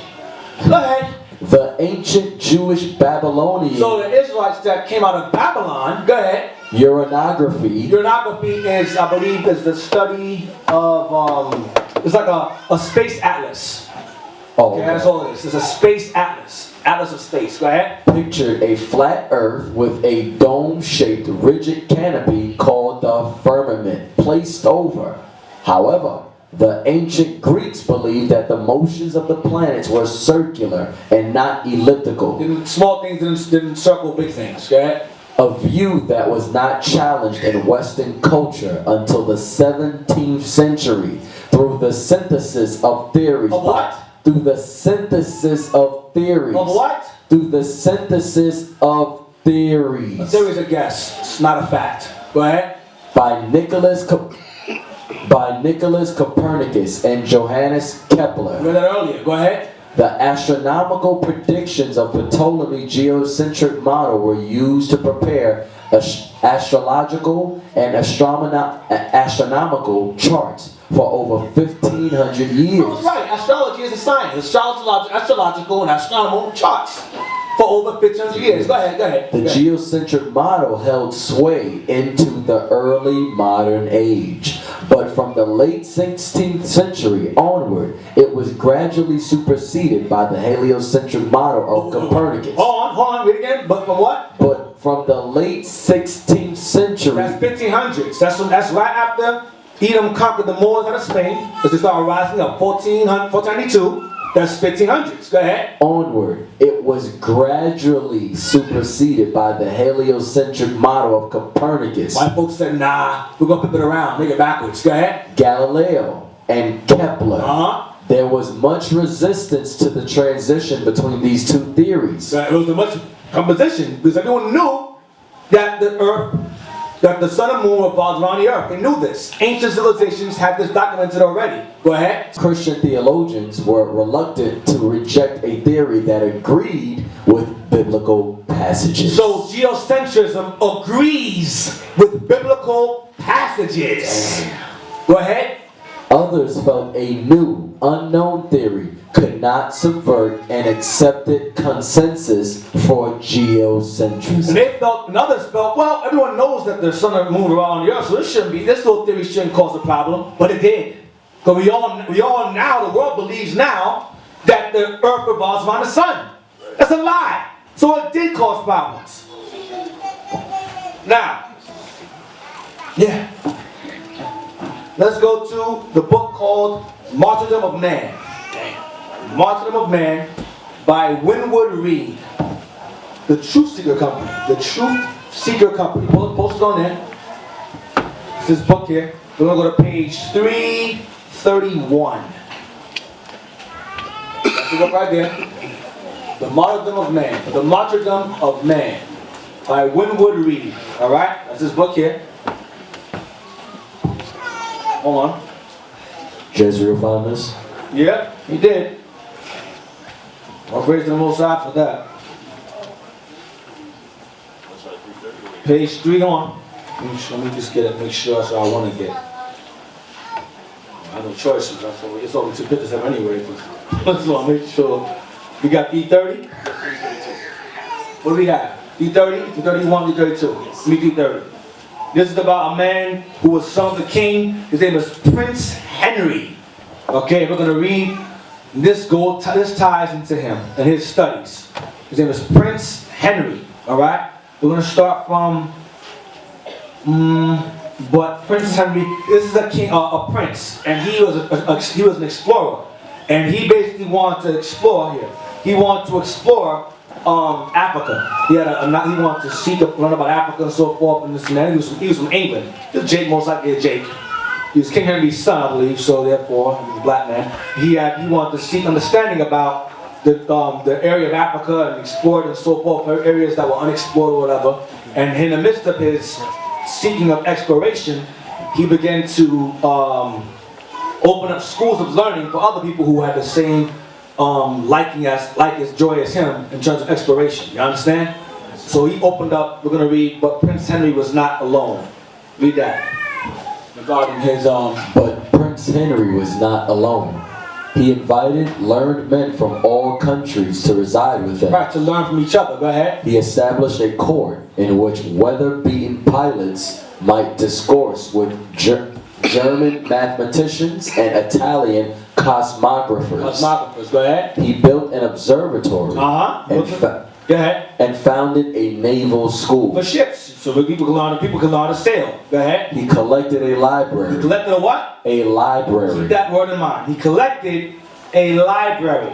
He collected a library. Go ahead. In which he might read the manuscript of Marco Polo, Explorer. Go ahead. which his elder brother had brought from Venice. Copies on vellum of the great work of Ptolemy, Oh, Ptolemy. Go ahead. and copies also of Herodotus, Strabo, and other Greek writers, which were being rapidly Translated. hold on, let me find where I'm at. Rapidly translated into Latin under the auspices of the Pope at Rome. Because England at one point in time was ruled by the Catholic Church. Go ahead. He had also a collection of maps and sea charts engraved on marble or on metal tables. Damn. And painted upon parchment. At a little distance from the castle was the harbor and town of Sagres. Now, this is a black boy, by the way. King Henry, all the King Henrys are black, all of them. And this is Prince Henry, his son. This is a young black man, all right, of royalty. When Jake was ruling at the time during the Middle Ages. Go ahead. From which the vessels of the prince went forth with the cross of the order painted on their sails. They sailed down the coast of the Sahara. On their right was a sea of darkness, on their left a land of fire. The gentlemen of the household who commanded the ships did not believe in the country of green trees beyond the ocean of sand. Instead of pushing rapidly along, they landed as soon as they detected any signs of the natives, the old people of Massanesia, and what does it say? Jugurtha, and attacked them, crying, Portugal, Portugal, and having taken a few prisoners, returned home. And even, what does it say? In what? In every expedition, the commander made it a point. Scroll up a little bit and see if you could zoom in a little bit. This part wasn't scanned too good. See if you could zoom in a little bit more. Point of honor. Point of honor. Here we go. Hold on. And attacked them, crying Portugal, Portugal, and having taken a few prisoners, returned home. In every expedition, the commander made it a point of honor. Hold on, this guy wasn't Jake. This is a heathen. This is a Portuguese, the king, the Portuguese king. This is his son, not Jake, not Prince Henry as in King Henry's son. This is the Portuguese king. Is it in here? It's written here. Can you see where we are? No, this D28, I don't have it there. Oh, okay. But this is the Prince Henry is the Portuguese king. This is when Esau started taking over, and his son Prince Henry. So we'll scratch that. King Henry of England, that was Jake. But Prince Henry of Portugal here, this is heathens. Go ahead, continue. Point of honor, go a little further than the preceding expedition. What does that word say after? Several years thus passed, and the black country had not been found. The Canary Islands were already known to the Spaniards. They conquered that area. Go ahead. Scroll up. But the Portuguese discovered. Porto Santo, or Madeira. Why did you blow it up? Can you bigger than that? That's it. We're on 31 now. Yes. Porto Santo and Madeira. Go ahead. Porto Santo and Madeira, a shipload of immigrants was dispatched to the former island, and among the passengers was a female rabbit. In an interesting situation. So they bought a female rabbit on the ship with them, along to this place that they were traveling to. Go ahead. In an interesting situation, she was turned down with her young ones on the island. And there, being no checks to rabbit population, they increased with such rapidity that they devoured every green thing and drove the colonists across into Madeira. Right, go ahead. In that island, the colonists were more fortunate. Instead of importing rabbits, they introduced the vine from Cyprus and the sugar cane from Sicily. And soon Madeira wine and sugar were articles of export from Lisbon to London and to other parts. In the meantime, the expeditions to Africa became exceedingly unpopular. The priests declared that the holy money was being scandalously wasted on the dreams of a lonely madman. Come on, Prince Henry, go ahead. The castle on the Atlantic shore, which will ever be revered as a sacred place in the annals of mankind, was then regarded with abhorrence and contempt. They begin to hate it. You spend all the money on these explorations. Go ahead. The common people believed it to be the den of a magician and crossed themselves in terror when they met in their walks a swarthy, strong-featured man with a round barret cap on his head, wrapped in a large mantle and wearing black buskins with gilt spurs. Often they saw him standing on the brink of the cliff, gazing earnestly toward the sea, his eyes shaded by his hand. It was said that on fair nights he might be seen for hours and hours on a tower of Babel, which he had built, holding a strange weapon in his hands and turning it toward the different quarters of the sky. Black guy saw standing on the cliff, watching the sea. That's what he was doing. That's all I was talking about. It's like an old folklore. Watch this. There was an orthodox geography. Remember his library. There was an orthodox geography. Watch this. At that period, founded upon statements in the Jewish writings. Founded upon statements in the Jewish writings. In the Jewish writing. That's what we want. Go ahead. And by the fathers of the church. And by the old church fathers. I'll be starting with the apostles and so forth. And then eventually the Catholic priests and garbage. That's garbage.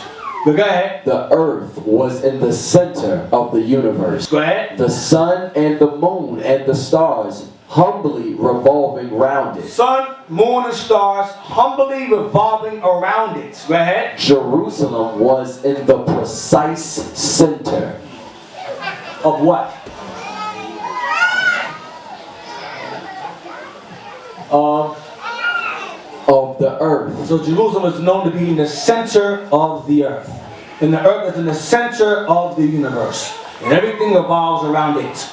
Esau says no, earth is not in the center. And the earth moves around while the earth moves around the sun. That's a lie. We always do these things. This is before the Greeks and Romans. You understand? Yes, sir. It's Sirach 43 verse 7. The book of Sirach chapter 43 verse 7. From the moon is the sign of peace. And the moon is the sign. No, verse 6. Verse 6. He made the moon also to serve in her season. For declaration of times. For declaration of times, go ahead. And a sign of the world. And a sign of the world. Remember, he made two great lights. For signs and for seasons. Yeah, forget that. For a sign, two great lights. For signs and for seasons. Go ahead. From the moon is a sign of peace. From the moon is a sign of peace. Go ahead. A light. A what? A light. A what? A light. A light. That what? That decreaseth in her perfection. That decreases in her perfection. So when she's in that light, she declares what? What is she declaring? The seasons. And what falls in, what do we keep in seasons? Feast days. So she decreases from her perfection. So we used her light to determine the feast days. And then she decreases from that perfection that we use to declare the signs of what? The feast days in their seasons. Y'all follow? Yes, sir. Okay, go ahead. Verse 8. The month is called after her name, The month is called after, and that's where the month comes from, moon. Go ahead. increasing wonderfully in her changing, Go ahead. being an instrument of the armies above, Being an instrument what? of the armies above, Go ahead. shining in the firmament of heaven. Shining in the firmament of heaven. On. Read on. The beauty of heaven, the glory of the stars, an ornament giving light in the highest places of the Lord. Giving light. You read verse 1 to verse 5. It talks about the sun and its light.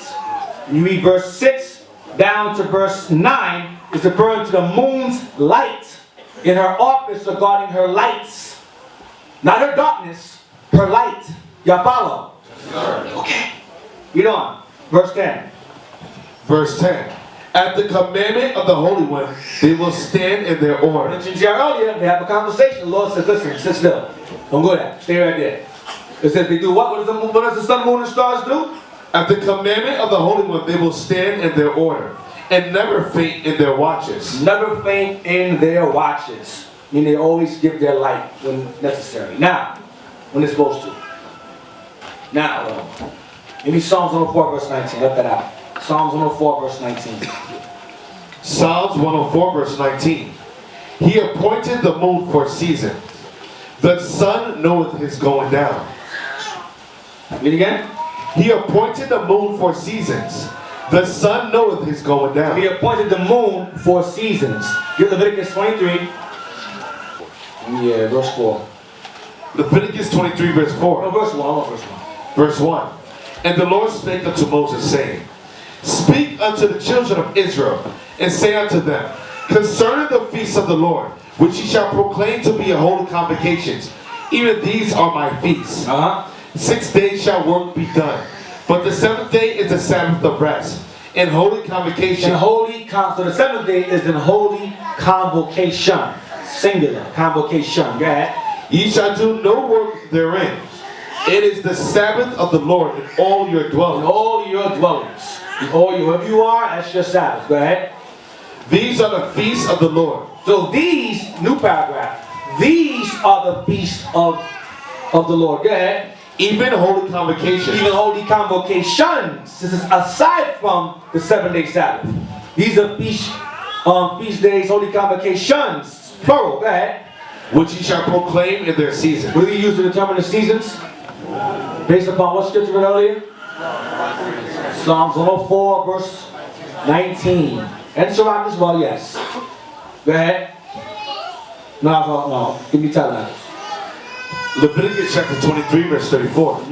Speak unto the children of Israel, saying, The 15th day of this 7th month shall be the Feast of Tabernacles for 7 days unto the Lord. So it says, speak unto the children of Israel, saying, The 15th day of the 7th month shall be the Feast of Tabernacles for 7 days unto the Lord. Go ahead. Now jump to verse 40. Verse 40. And ye shall take you on the first day the boughs of goodly trees, branches of palm trees, and the boughs of thick trees, and willows of the brook. And ye shall rejoice before the Lord your God 7 days. Rejoice. Rejoice. So it should be a day, a time of gladness. Not stealing. A time of gladness. Joy, happiness. Not thieving. Gladness. I didn't forget that. Gladness. Jump to verse 42. 42. Ye shall do verse 41, sorry. 41. And ye shall keep it a feast unto the Lord 7 days in the year. It shall be a statute forever in your generation. We generating still? Yes. So keep it then. Go ahead. Ye shall celebrate it in the 7th month. Go again. You should celebrate it in the 7th month. Go ahead. Ye shall dwell in booths 7 days. All that are Israelites born shall dwell in booths. Go ahead. That your generations may know that I made the children of Israel to dwell in booths. When I brought them out of the land of Egypt, I am the Lord your God. And Moses declared unto the children of Israel the feast of the Lord. So we celebrate tabernacles to represent us, our sojourning, when we came out of Egypt in the wilderness. So we're celebrating our liberation out of Egypt, and when we dwelt in the wilderness, we traveled, we had booths. Alright? Everyone understand that so far? So it's a rejoicing time. A time of joy, happiness, gladness, and respect for each other and each other's things. Now, You read earlier, it said, ye shall celebrate it in the 7th month. What month is this? It's the 8th month. Isn't that confusing? The 8th month. Well, why are we celebrating the 8th month if it says the 7th month? That doesn't sound right. It sounds like we're off a month. Right? How many of y'all were curious about that? Raise your hand. Be honest. Come on, I didn't attack you. Who was questioning that? 1, 2, who else? Keep your hands up, keep your hands up, keep your hands up. 3, you inspire others, I assure you. 4, see? 4, 5, see? Who else? Raise your hands. Keep your hands up. Keep your hands up, up, up. 2, 3, 4, 5. Okay, good. 1, 2, 3, 4, 5, 6. Alright. Some of y'all hiding, it's okay. Yeah, it's alright. I respect those of you who raise your hand. That means you. It's good. Not fearful. Very good. Now, let's go to the full moon calendar, please. The real new moon calendar, please. It's full. But matter of fact, before we get that, hold on to that. Get what you got out of this here first. This is the book. And Captain Jerome found this. It wasn't Jez this time. Captain Jerome found this one. Inspired by Jez. Inspired by Jez. Inspired by Jez, right. We got like a new book craving now. Yeah. So it's called Igbo. That's what it's called. Igbo Israel. A comparison of Igbo and ancient Israel's culture. So it's a comparison. The author is of Igbo descent himself, I believe. And he gives a comparison regarding Igbo and ancient Israelite culture because they're both what? The same people. Okay? Now we're going to read a passage out of it. Isn't that also Ezekiel's people? Yeah, it is. Okay. So not just him. Okay. So you know about this. You'll find it very interesting.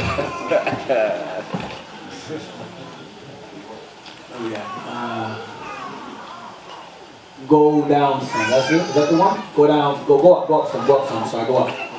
Go up. Up. Okay, that's fine. Sacrifices, burnt offerings. What does it say? It says does it say go down? Go down there. At the bottom. There we go. Right there. Right there. The Igbo have the same lunar solar. Wait, I want that lunar calendar? Yes, lunar calendar. Exodus 12 and 2. Every day, young. Start from where it says lunar calendar. The Igbo have the same. Hold on, let me find it. Where we at? Right there. Okay. The Igbo have the same lunar solar calendar It's the same moon sun calendar. Go ahead. of 13 months, and major annual feast festivals are at full moon. Stop. It says calendar 13 months, and major annual festivals are at full moon.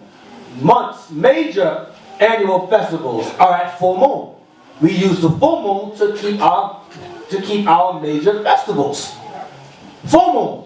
And it has Numbers 28 verse 14 there. Numbers 28 verse 14 is talking about, it's a new moon scripture, but he has full moon there. Go ahead. Festivals of the first fruit. Hold on. Yeah, we're going to read it. You got to read it. Numbers 28, 14. Read real quick. Numbers 28, verse 14. Why does he have that there? Let's see why he has it there. And their drink offering shall be half an hin of wine unto a bullock, and a third part of a hin unto a ram, and a fourth part of a hin unto a lamb.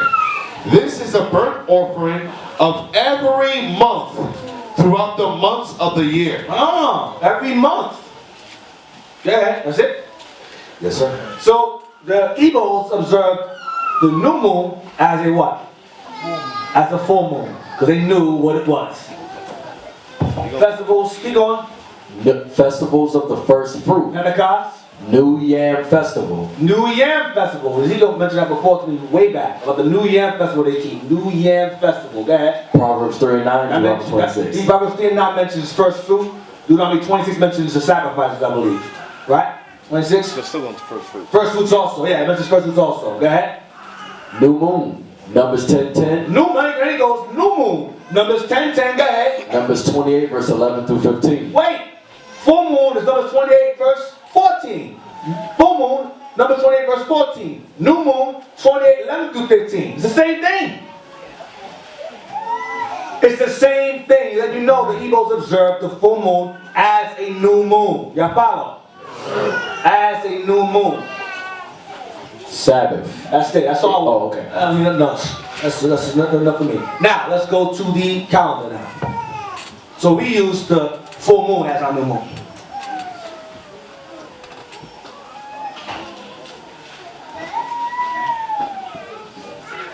Go to that site. Restore the cache, right? There we go. This is a space website. Now 2018. Now, of course, these stole us from our native brothers. Our native brothers also observed the full moon. We found a book on that also. And they observed the full moon as a new moon and gave it names. Each full moon or new moon, a name. And Esau borrows it. Wolf moon, snow moon, worm moon. They have no creativity whatsoever. They're still things. January 1st was the first full or new moon. The 31st was the second full moon. So you have one, let's count, one new moon, 2 in 1 month, right? Now notice February as I mentioned there, because February has 28 days. And January, remember, each month supposed to have how many days? 30 days. Well, actually less than that, but that's another topic. 30 days, right? So 31 shouldn't be there. 31 should be what? February 29th. That's what it should be. Y'all understand what I'm saying? Yes, sir.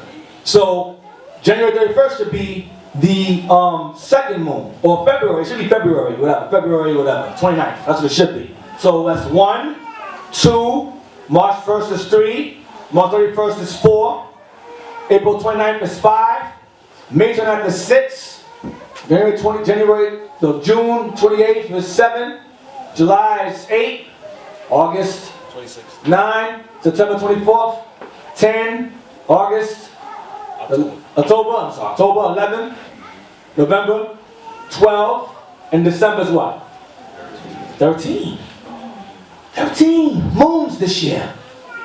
That's 13 moons, it's 13 months. Let's go back to March now. March 1st. Which one do we use to determine the Passover? Which one do we use?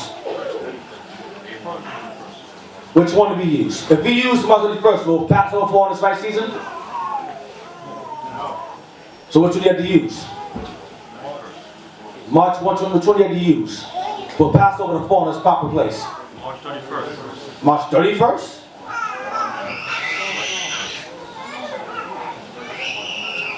Which one do we use? Which one do we use? Who knows for certain which one do we use? Help me out. We use March 31st. March 31st, correct. I want you out with confidence. March 31st. Now, you have March 31st. If we start March 1st, we're going to fall in sync. March 31st. So by counting March 31st, if Passover fell what? Later. So if Passover falls later, everything else will fall what? Later. Which is called a leap year. Esau calls it a leap year. We occasionally had 13 months. Every 2 years or 3, we have a counting of 13 months.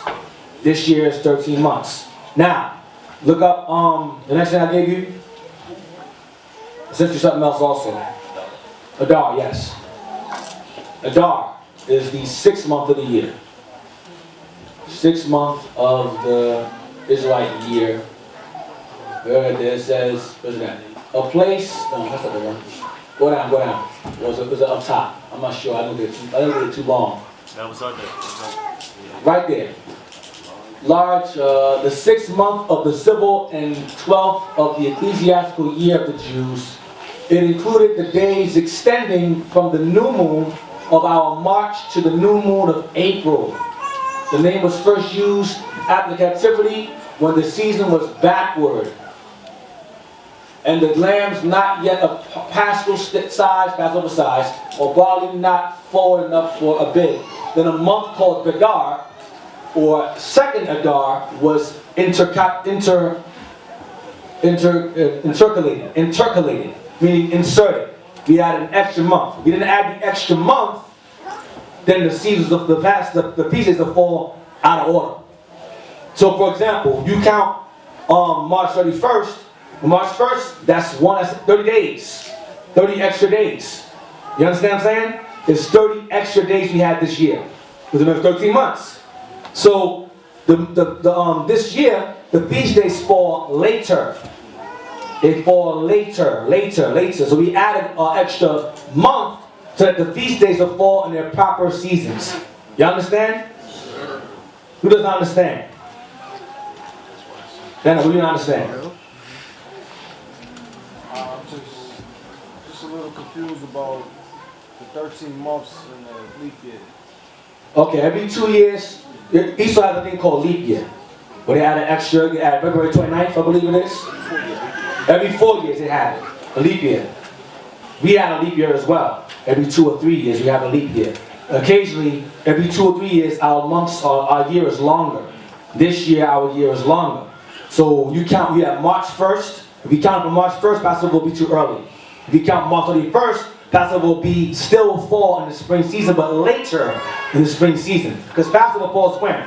Late March, early April. But this year it was late April. Because the month this year is longer. So things are longer. Things are later. That's why we're keeping tabernacles later than last time.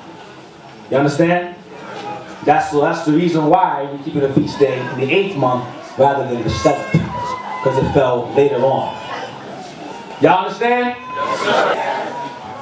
Hope y'all understand. Over there murmuring. That nigga crazy. He making things up. Alright, go down. That's why I said, I'm sorry. That's why it says the name was the. Oh, go back. I'm sorry, go back. It says the name was first used after the captivity when the season was backward. No, that's not the part one. Yeah, is that the part one? Well, March. It mentions March, here it goes. It included the days extending from the new moon of our March to our new moon of April. See that? So that's how they got extended. You start from there, that month, that moon. You understand? Go down. So it's not really a month. It's something we would add so that the seasons will fall in their proper sync. So that tabernacles will still fall in the fall. Passover will still fall in the spring. We had to add it there. So in the Bible records 12 months, but we had to add the 13th month so things fall in sync. Because every 2 or 3 years, occasionally, the year will be longer. Go down, is there more on that? Go down and see something else. Add something here as well. I didn't send it to you. Let me see. I think that's it.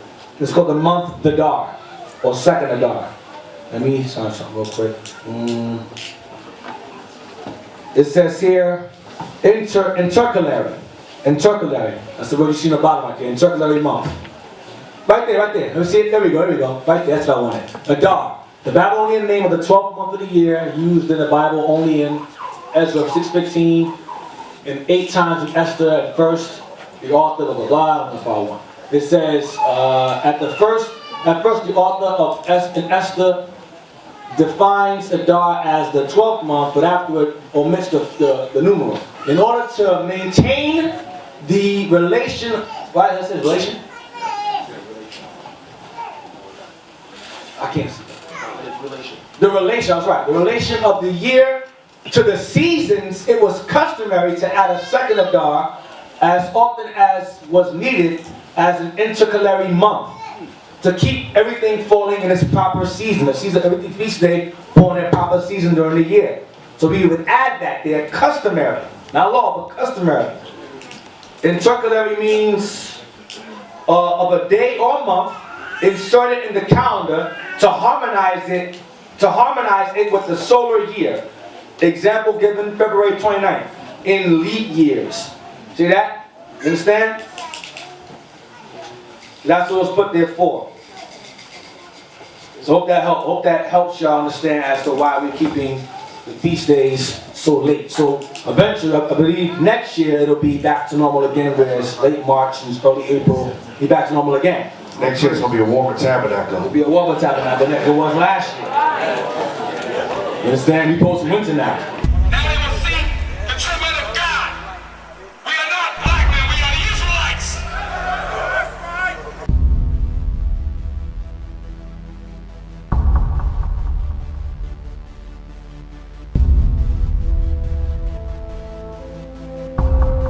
Take care of us. Take care of us. And our children too. And our children too. We have repented. We have repented.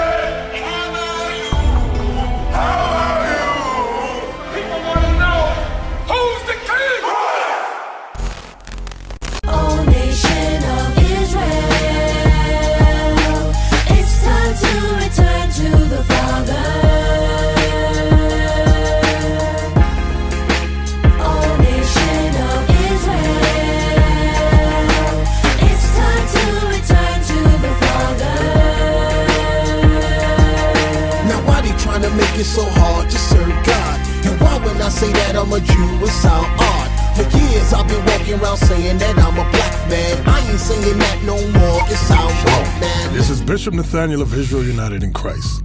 Please subscribe to our YouTube channels. Stay up to date with our latest events, music, and classroom lessons.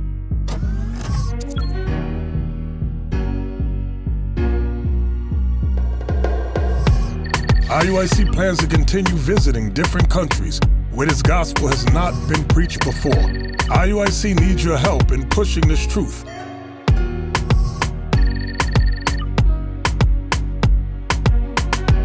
So join us. Subscribe to our Instagram, Facebook, Twitter, and podcasts, and stay up to date with us.